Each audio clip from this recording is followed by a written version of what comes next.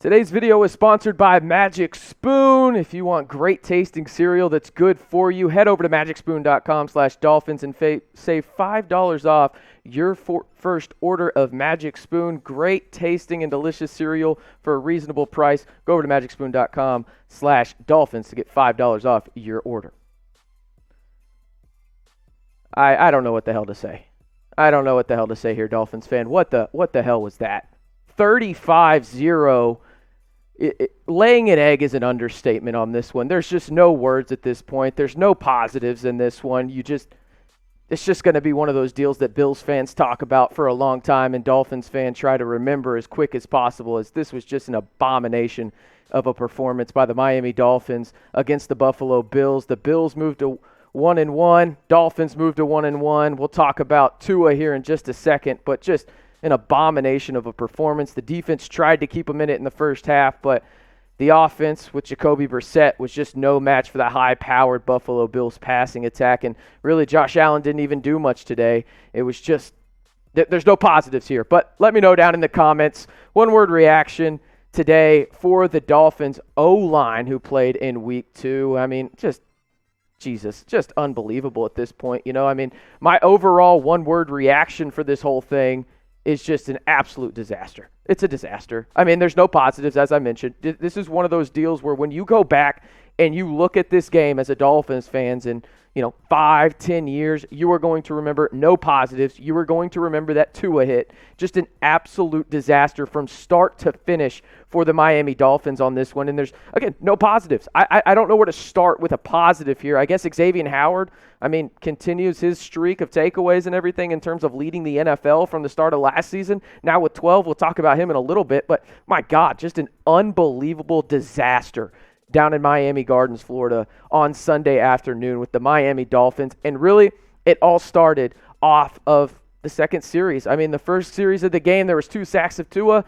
On the second one, he went out there on a 4th and 2 and got absolutely obliterated off of a missed tackle from Jesse Davis on the right side. Looked like he was trying to reach for something like a cookie out of a cookie jar, and then Mom stole it away from him. Just an abysmal effort from Jesse Davis, and it ended up getting Tua hurt. And Tua has hurt ribs now. We don't know the timetable in terms of when he's going to come back. Didn't return in this one. It was hard to watch him try to walk off the field. Eventually, they just put him on a cart and took him to the locker room. It was one of those deals where, I just didn't know what to expect. And after the first snap of the game, in terms of the first series, I should say, you thought this might be a long day, but maybe after a little bit of momentum started to go on that second series, okay, maybe the Dolphins are going to settle in to no avail. Tua got hurt his ribs, bruised ribs, have no idea if he will be available for next week in Las Vegas, but an absolutely crushing loss for the Miami Dolphins, not only at the quarterback position, but as a team. Again, 35-0. What the hell was that?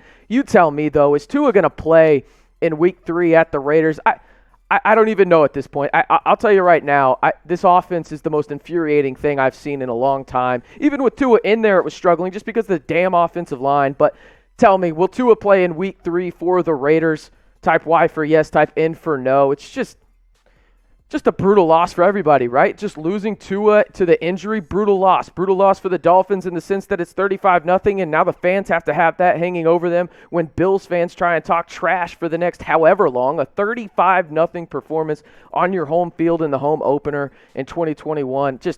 I don't know if there's going to be a worse loss this season. I sure hope not for everybody, but just an abysmal performance, every sense of the word, for the Miami Dolphins. Whether we're talking about the offense, specifically the offensive line, just absolutely terrible offensive line play for the Miami Dolphins. And then the defense had some takeaways as the Bills were trying to keep them in the game, but it didn't end up working that way, as really just the Dolphins couldn't capitalize on anything. 35-0. You lose your franchise quarterback in the process.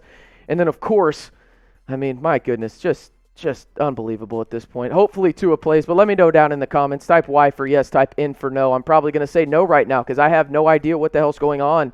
And it didn't look like the Dolphins did on offense either, specifically on the offensive line. Got to shout out today's sponsor of the video, magicspoon.com. And, well, they got the best cereal. Let me tell you what. They came out with this new flavor. I don't know if I can get in there. You see that? That's maple waffle. Huge fan of this one. You see that? No sugar, really good stuff in terms of the grams and protein here. This is the best cereal on the market, and it won't make you feel bad either, right? There's some cereals out there, specifically those childlike ones that we know y'all love out there, right?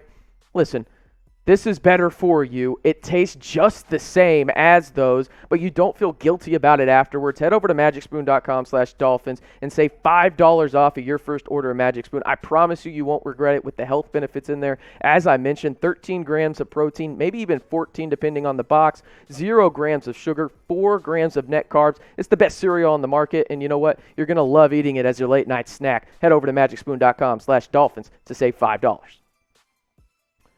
Speaking of the offensive line, Jesse Davis, I was defending him on a couple videos. People in the comments said, RC, are you crazy? And the answer is obviously yes after today's performance because, my God, what an abysmal performance by Jesse Davis on the right side of the offensive line. Now, he left in this one early on due to a knee injury, whatever, but really he was awful from the jump. Allowed 1 sack on the first drive, then had that Tua hit after that where he just absolutely missed on Gregory Rousseau getting to him. I mean, just an abysmal performance from not only Jesse Davis. I'm singling him out. I shouldn't do that. The whole offensive line was terrible. Liam Eichenberg coming in to replace him. Terrible. Austin Jackson, bonehead penalties. I mean, there is no positives on that offensive line from the jump. And this was the unit that we were all worried about coming into the season. Could it protect Tua? And the answer after week 2, obviously not.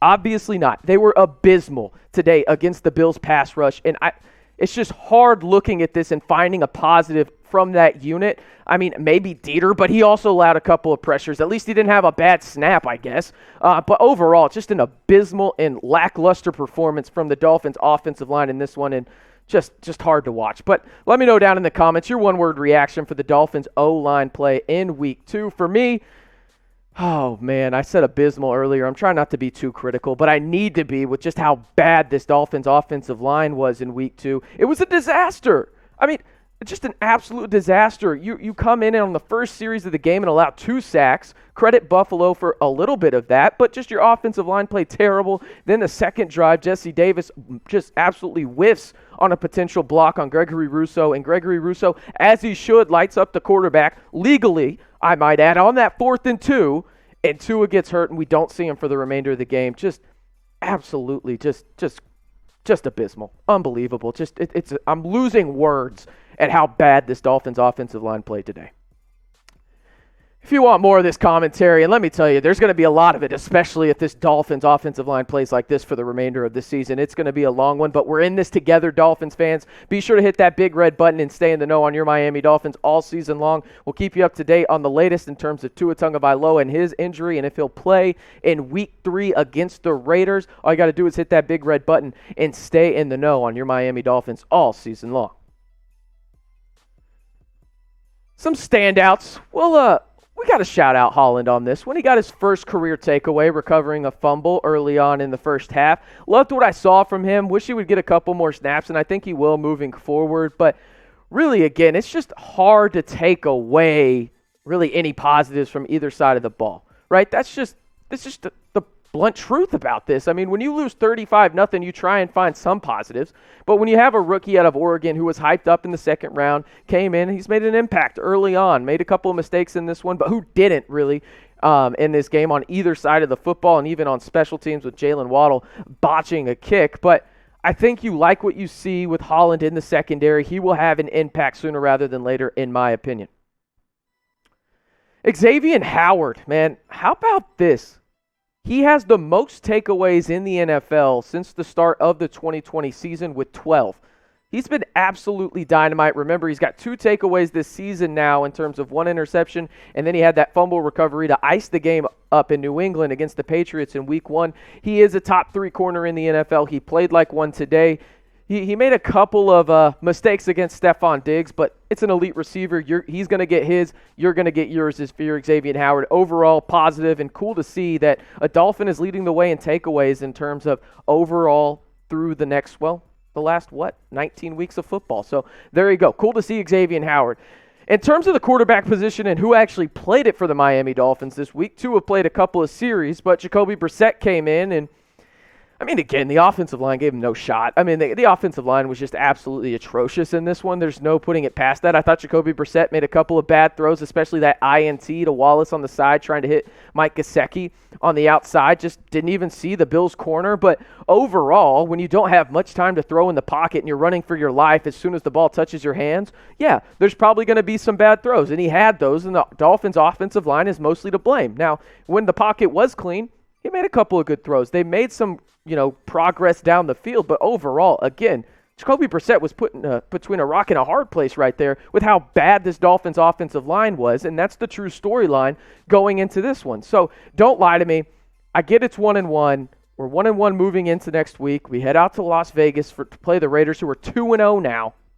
Your concern level for the Dolphins after week 2. Scale it to 1 to 10 for me. It's just, I'm not going to lie to you. I'm probably close to an 8 right now. And really it comes down to the offensive side of the football. I think the defense can keep you in games, but when it comes down to that offensive line, there are far more questions than questions answered in terms of this one. A lot more question marks, I should say, than answers in this one. And, man, it is infuriating if you're a Dolphins fan to see this offensive line, after you put so much damn draft capital in it, not perform, whether that's on the left side of the offensive line, Jesse Davis on the right side of the line, who is most likely a swing tackle, but the talent that you drafted and you got in trades just hasn't worked out, and now you're putting your franchise quarterback asset in Tua Tagovailoa in trouble, and he's hurt, and you don't know when he's going to come back. And even if he does come back, your offensive line is still damn dreadful going into week 3 against a Raiders defensive line and Max Crosby, who can get to the damn quarterback. You better fix this in a hurry if you want playoff aspirations down on South Beach. But heading into week 3, Dolphins, Raiders, I don't even know at this point. What the hell's the offensive line going to look like? I feel like a broken record saying this over and over again, but the offensive line has to be fixed and in a hurry if the Dolphins want to get where they potentially can. This roster is absolutely loaded with talent. Tua's got to perform up to standards, but it all comes down to the offensive line and what they can do for the Dolphins moving forward. The secondary, elite. We know that. Linebackers and Van Ginkel, Baker, really good unit there. The defensive line needs to step up a little bit. But that offensive line is the major issue, and something has to change quickly. And if it doesn't, you're going to be 1-2 after you go to Vegas. This is simple and plain. The Raiders are going to beat you, but you tell me who you got in week 3. It's early on, I know. Type MIA down in the comments or type LV for the Raiders. Damn it, it's hard not to take the Raiders right now, and this is coming from somebody that loves the Dolphins and watching them and love what they have going on right now. But after seeing that offensive line today and what they did, 6-7 sacks given up, man, it might be a long, long couple weeks here for the Miami Dolphins, unless they get that damn offensive line figured out.